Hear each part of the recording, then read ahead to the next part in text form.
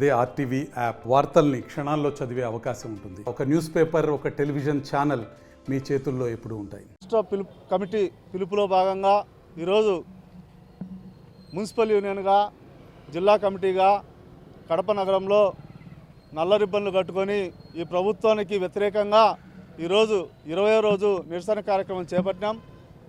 ఈరోజు municipal corporation ఎదురుగా ఉన్నటువంటి గాంధీ విగ్రహానికి ఈరోజు వినతి పత్రం ఇవ్వడం జరుగుతుంది. ఈ కార్యక్రమం చేయడానికి ముఖ్య ఉద్దేశం ఏమంటే, గత 6 సంవత్సరాల నుండి, అంటే గత ప్రభుత్వం కానీ ఈ ప్రభుత్వం కానీ మున్సిపల్ ఇంజనీరింగ్ కార్మికుల జీతాలు పెంచడానికి సంసిద్ధంగా లేదు. కానీ ఈ ప్రభుత్వాలు ఏమంటున్నాయి, ఈరోజు ఒక కార్మికుడు బతకాలంటే, ఒక కుటుంబం బతకాలంటే ఈరోజు పప్పులు, ఉప్పులు, స్కూల్ ఫీజులు, పాల లెక్కలు, డిస్ లెక్కలు, కూరగాయలు ఈరోజు ధరలకు ఎట్లున్నాయి. ఈరోజు 13,000 రూపాయల జీతంతో ఎవరైనా బతకగలరా? ఈరోజు నేను మున్సిపల్ మినిస్టర్ నారాయణ గారిని అడుగుతా ఉన్నాను, లోకేష్ గారిని అడుగుతా ఉన్నాను, పవన్ కళ్యాణ్ గారిని అడుగుతాను, చంద్రబాబు గారిని అడుగుతా ఉన్నాం. ఈరోజు మీరు 13,000 వేతనంతో మీరు బతకగలరా?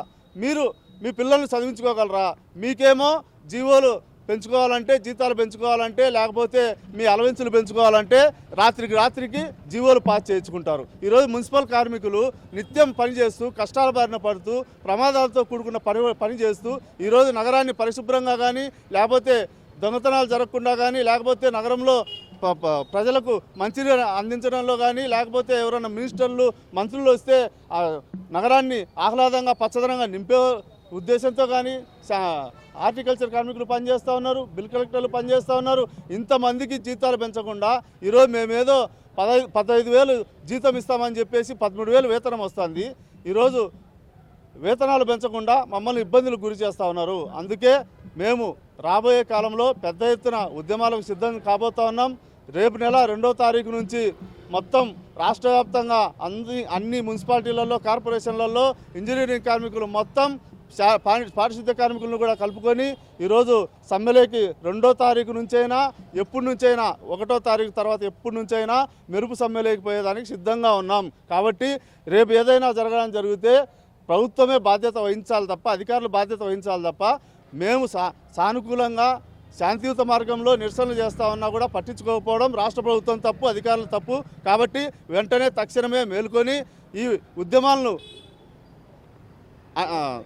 తీవ్రస్థాయికి చేరకుండా అరికట్టి మీరు ఎంత వీలైతే అంత తొందరగా మా వేతనాలు పెంచి, ఈరోజు పారిశుద్ధ్య కార్మికులకు ఒక విధంగా, లేకపోతే డ్రైవర్లకు ఒక విధంగా, మామూలుగా పనిచేసే వాళ్ళకు ఒక విధంగా వేతనాలు ఉన్నాయి. 3 రకాల వేతనాలు ఇవ్వడం అది పద్ధతి కాదు.